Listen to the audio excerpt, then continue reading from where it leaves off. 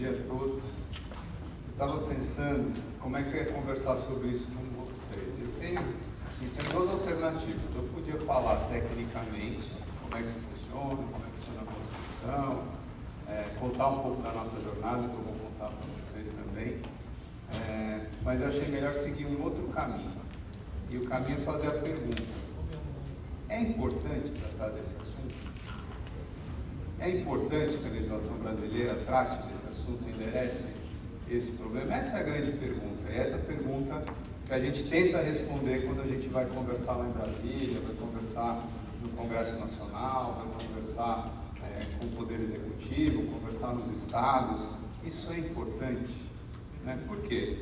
Se a gente olhar alguns números, por exemplo, os números que o Adilson acabou de colocar, a gente pode responder que não.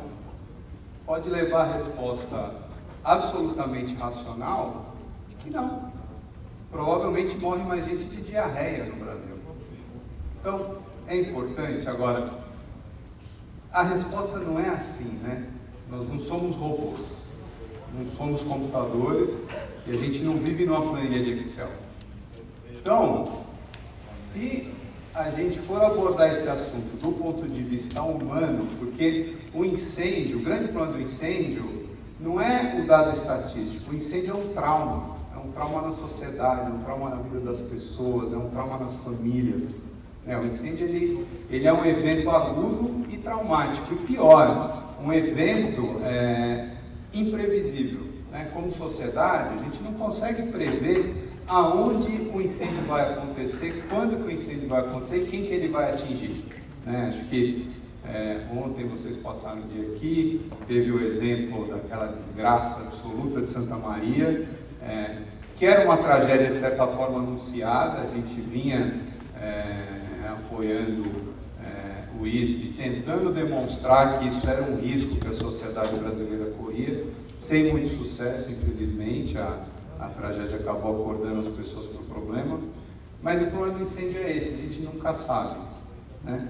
E quando ele acontece, ele é esse trauma, ele acaba com valor, lógico, mas ele acaba com vidas, acaba com uma série de coisas, gera um trauma imenso. Pode acabar abalando a economia pela disrupção de cadeias produtivas, né? Aqui em São Paulo, eu lembro que a gente atuou também no setor saúde algum tempo atrás, teve um incêndio num armazém em Itapevi, que acho que era da Abome, e faltou produto médico no estado de São Paulo, porque a maioria das empresas usava esse depósito. Então, pode sim trazer um impacto muito grande para a economia.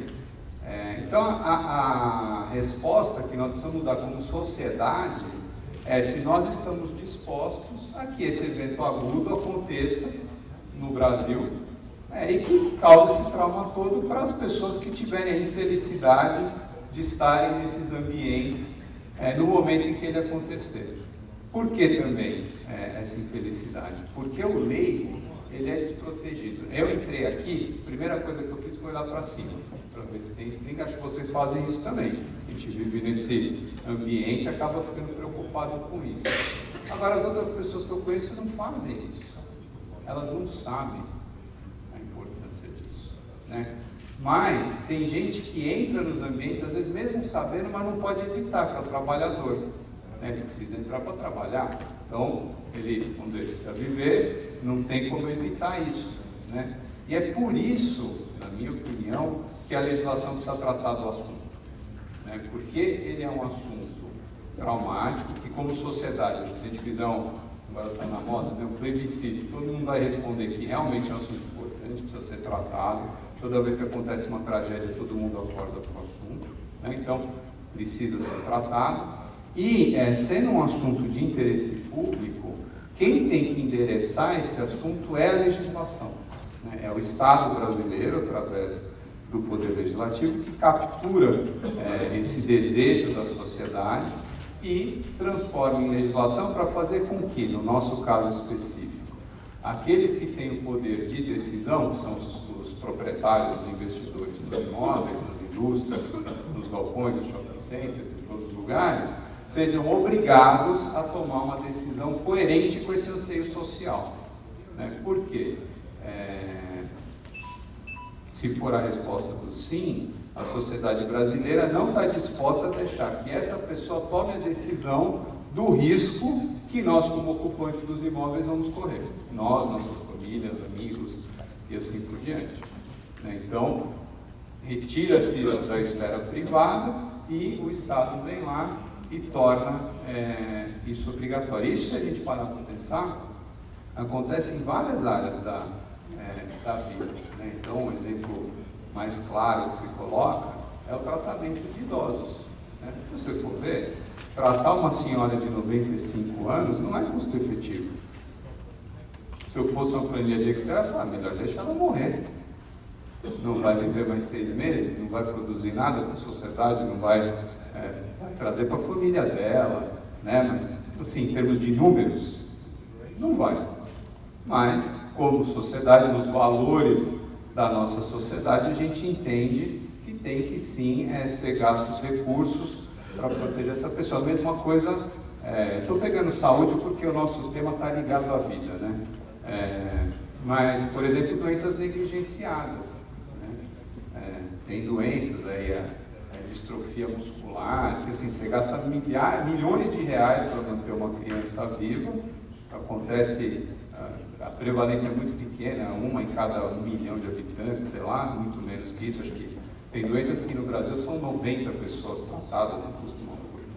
Mas como sociedade a gente entende que mutuamente nós vamos bancar o custo desse tratamento. Na questão na minha opinião, na questão do incêndio é a mesma coisa, porque quem vai acabar pagando a conta no final vai ser o consumidor, vamos ser nós. Conforme nós consumimos os produtos, nós vamos pagar para que os fabricantes, importadores, depósitos, cadeia de fornecimento de produtos e serviços banquem essa conta. Então, a decisão é nossa, como sociedade. É a mesma coisa no meio ambiente. Eu quero que exista, como existe hoje, uma política nacional de resíduos sólidos, que as empresas sejam obrigadas a tratar adequadamente o seu resíduo. Tem a empresa que vai pagar? Lógico que não. Somos nós que vamos pagar.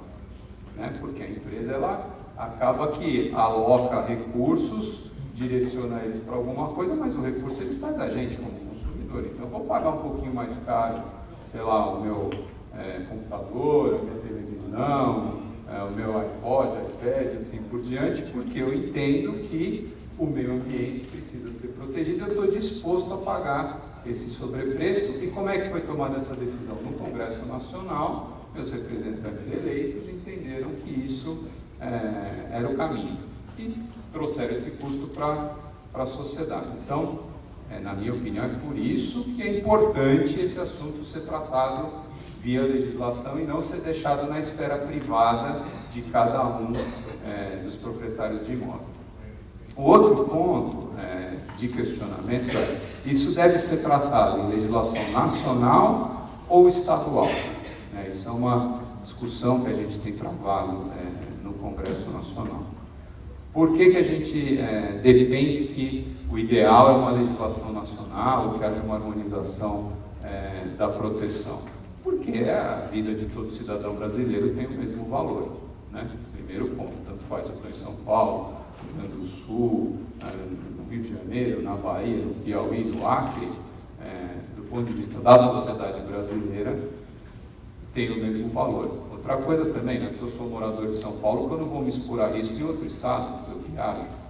Então, por isso, uma legislação nacional. Um outro ponto da importância de uma legislação nacional é que também a gente não vai se enganar de que uma exigência desse tipo, ela acaba reduzindo a competitividade, a atratividade do Estado ou do município para empreendimentos privados.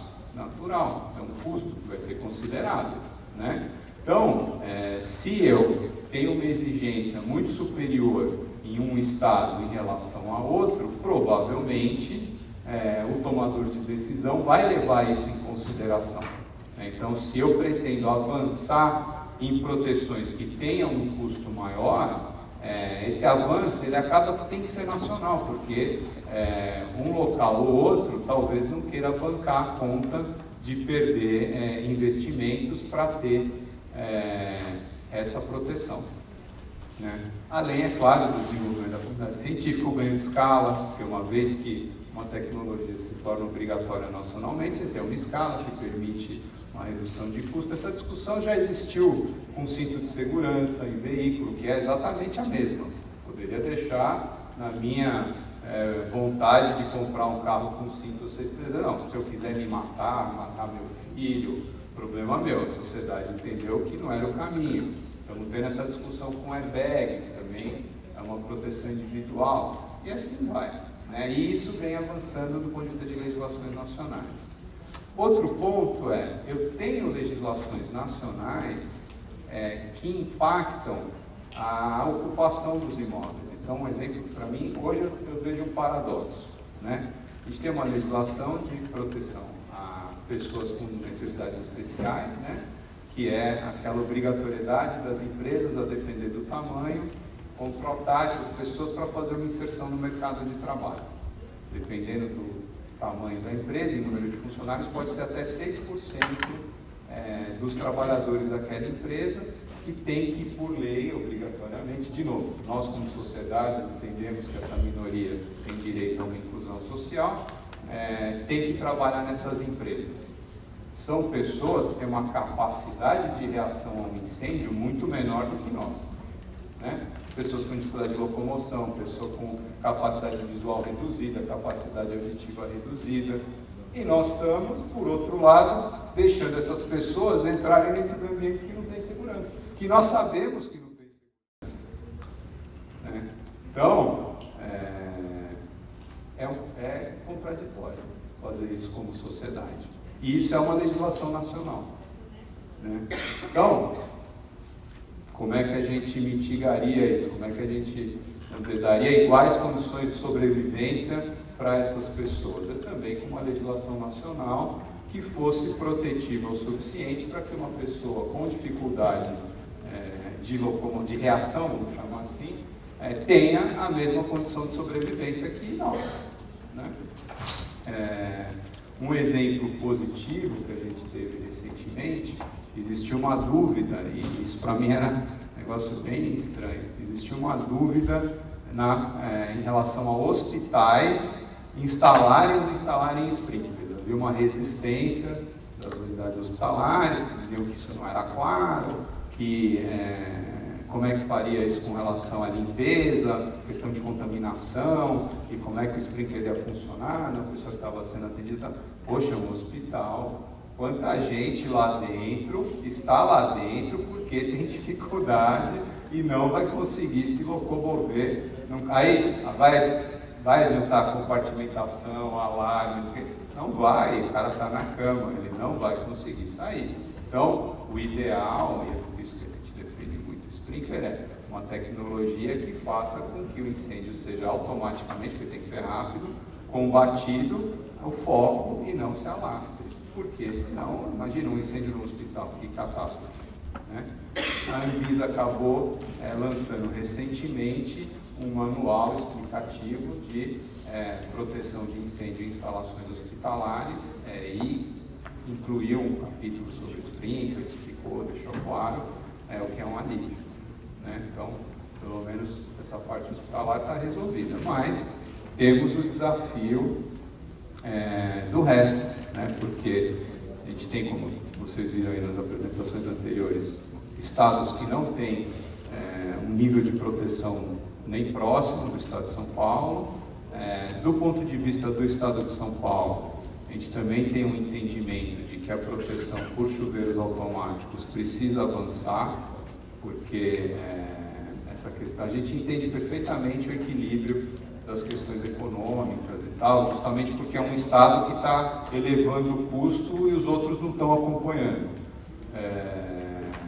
Por outro lado, essas limitações do tamanho da construção, do uso e tal, no nosso entendimento de que toda a vida tem que ser protegida, não é adequado, né? Então, precisamos avançar nisso também. Então, na minha opinião, são essas as razões do porquê que isso é importante. Então, agora vou contar para vocês um pouco da jornada que a gente teve com esse assunto em nível nacional. Vou comentar um pouco, que já foi bem comentado, em nível estadual, e a gente comenta um pouquinho mais sobre isso. Então, o ISB ele foi criado em 2011. A primeira coisa que o ISB fez foi porque identificou-se que havia identificou-se duas coisas, que havia três, né? Falta de conhecimento sobre o assunto, né? Que acho que é uma coisa que vocês têm essa percepção, às vezes você vai falar com a pessoa, nem sabe do que se trata. Falta de sensibilidade ao assunto incêndio, né? Então, como não é uma coisa no nosso país corriqueira, as pessoas, tem outras coisas para se preocupar, não é prioridade, então havia uma falta de sensibilidade, e a estratégia do Instituto nesse assunto foi criar informação, gerar informação, e aí o terceiro ponto é que não havia, como não há ainda, uma base de dados consolidada nacional, né? A gente tem mais dados do estado de São Paulo, mas não tem uma base consolidada, e muitas vezes os dados que existem não são compartilhados com a sociedade. Então, a primeira coisa que o Instituto resolveu fazer foi tentar criar um banco de dados. Dificuldades para conseguir acessar esses dados, do ponto de vista dos corpos de bombeiros. Imagino que também porque em muitos estados não tem tanta estrutura, então existe uma dificuldade até de coleta e consolidação desses dados. Então a decisão que o ISB tomou foi, eu vou fazer pelo menos o mínimo que eu consigo, que é um monitoramento de imprensa. Então foi criada uma base de dados de incêndios reportados pela imprensa, que assim, a gente sabe, é a ponta do iceberg, não tem tudo lá. Mas era melhor que nada, né? Aquela coisa, o ótimo inimigo do bom, vamos começar com alguma coisa. Foi criado o conselho do ISB, que tem especialistas que têm cadeira permanente, outros que são convidados a participar das reuniões, que são mensais, e a gente começou essa peregrinação nos estados e principalmente no governo federal. O que a gente percebeu? Era uma coisa que a gente vinha, expunha, todo mundo concordava, é um assunto que nem falar de meio ambiente, assim, ninguém discorda, mas, aí vem o mais, o problema da vida é o mais, né? Mas não é prioridade.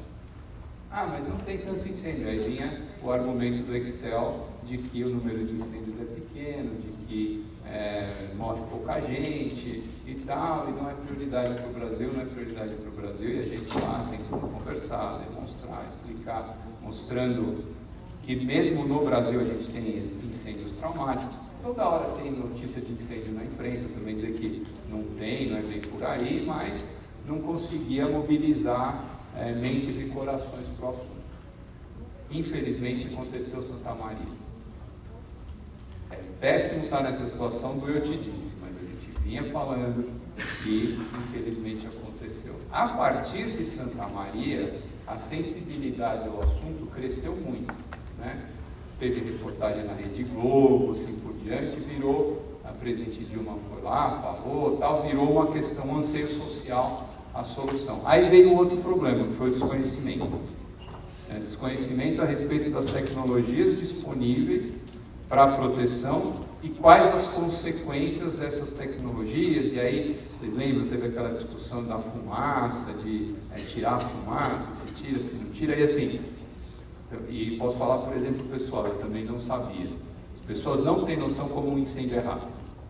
Então tem aquela ideia de que vai devagar e dá tempo de fazer as coisas. Vocês sabem muito melhor que eu aprendi com vocês, não dá, né? Então, a gente teve um esforço enorme de explicar como é que funciona a dinâmica do incêndio, as tecnologias disponíveis, como é que as tecnologias trabalham de maneira redundante, que não é você optar por uma ou outra, mas é uma e outra, né? E começar, vamos dizer, a educar as pessoas sobre isso, com a consciência de que um parlamentar, ele não é um especialista em nada, ele ou é em alguma coisa, mas não em tudo que ele legisla, né? Então a gente teve esse esforço. Foram criadas duas comissões, uma comissão especial na Câmara e uma no Senado.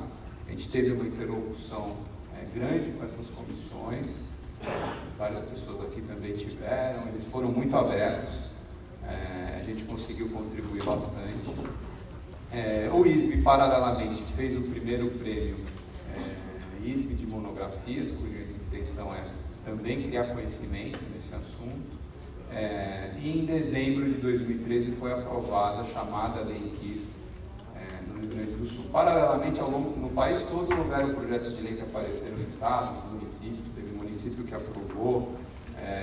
E como é que ficou o resultado dessas comissões temporárias? Né? Teve um projeto de lei 2020, que foi aprovado esse ano, em abril. O projeto 2020 não saiu da maneira que a gente defendia, ele acabou saindo via negociação, porque teve uma pressão muito grande de estados e municípios por conta do impacto na atividade econômica e a falta de estrutura de fiscalização desses estados e municípios. Então, a lei que saiu, o projeto de lei que acabou aprovado, ele trata de tecnologias recomendáveis, mas não obrigatórias. Então, ele deixa para que estados e municípios façam a implementação dessas tecnologias. Uma coisa que a gente considera uma vitória é que nas tecnologias recomendadas, os chuveiros automáticos entraram, e isso, por incrível que pareça, foi muito difícil, mas entraram os chuveiros automáticos, então a gente acredita que eles vão passar a ser considerados. Né? E aí tem a luta em estados e municípios, e também o projeto de lei hoje ele está no Senado, né? Vai ter uma tramitação no Senado, ficou meio parado por causa das eleições e tal, vamos ver como é que isso vai ser retomado. E a senadora Ana Amélia, que era da comissão do Senado, apresentou um projeto de lei de um Código Nacional de Incêndios que veio, acredita-se, de um trabalho do Senasp, como recomendação do Senasp. Qual a nossa preocupação com esses dois projetos? É que o projeto, no Brasil, como é que funciona? Se aprova na Câmara, vai para o Senado, se muda no Senado, volta para a Câmara. Se vai no Senado, vai para a Câmara, muda na Câmara, volta para o Senado. Então, nós temos duas preocupações. Uma é que o projeto 2020 seja alterado no Senado, isso vai fazer com que ele volte para a Câmara, e aí a tramitação fica muito mais longa, porque vão reabrir todas as discussões que a gente já teve, com uma nova legislatura. Né? A gente vai ter novos deputados, então vai reabrir uma série de discussões que já tiveram. Pode ser bom, porque a gente pode defender o nosso ponto de novo, mas provavelmente será ruim pelo tempo, pelo menos, que isso vai levar. E o projeto de lei do Senado também vai demorar mais, porque teria que tramitar no Senado, depois ir para a Câmara com o mesmo risco. Então, o que a gente tem defendido é que o projeto 2020 seja aprovado. Ele não é mandatório, ele não obriga nada, por enquanto, a estados e municípios, do ponto de vista de tecnologias, ele tem outras obrigações lá importantes, fiscalização, e que a gente retome a discussão num segundo. Então, assim, vamos dar o primeiro passo, depois a gente dá o segundo passo. Né? É aquela coisa, não é o ótimo, mas é o bom, já é um avanço. E estão sendo colhidas assinaturas hoje no Congresso Nacional, por um movimento liderado pelo Paulo Pimenta, de criação da Frente Parlamentar de Combate a Incêndios. Né? Já de 170 assinaturas, já tem 140. Talvez a gente perca algumas, porque quando sai o parlamentar precisa colher de outro, né? A assinatura perde validade, então vai ter uma coisa um pouco maior. Mas a gente acredita que essa frente, ela pode ter um trabalho de longo prazo, né? Ela não vai tratar só desse projeto de lei, nem de um nem de outro, mas ela é um instrumento para iniciativas de longo prazo e para que o assunto não pare até que surja outra tragédia. Nosso maior medo é que passou Santa Maria, pessoas, como aconteceu com essas outras tragédias no passado, toma-se alguma medida, mas a sociedade acaba esquecendo e a gente fica aí plantando as sementes numa próxima tragédia. Então, a ideia da Frente Parlamentar é ter um trabalho contínuo do Congresso Nacional, de interlocução com a sociedade, para isso avançar mais e continuamente, não avançar em soluços a cada tragédia, como a gente tem visto.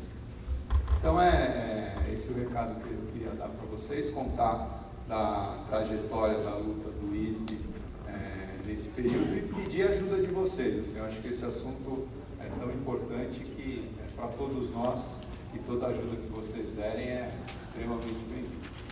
Obrigado.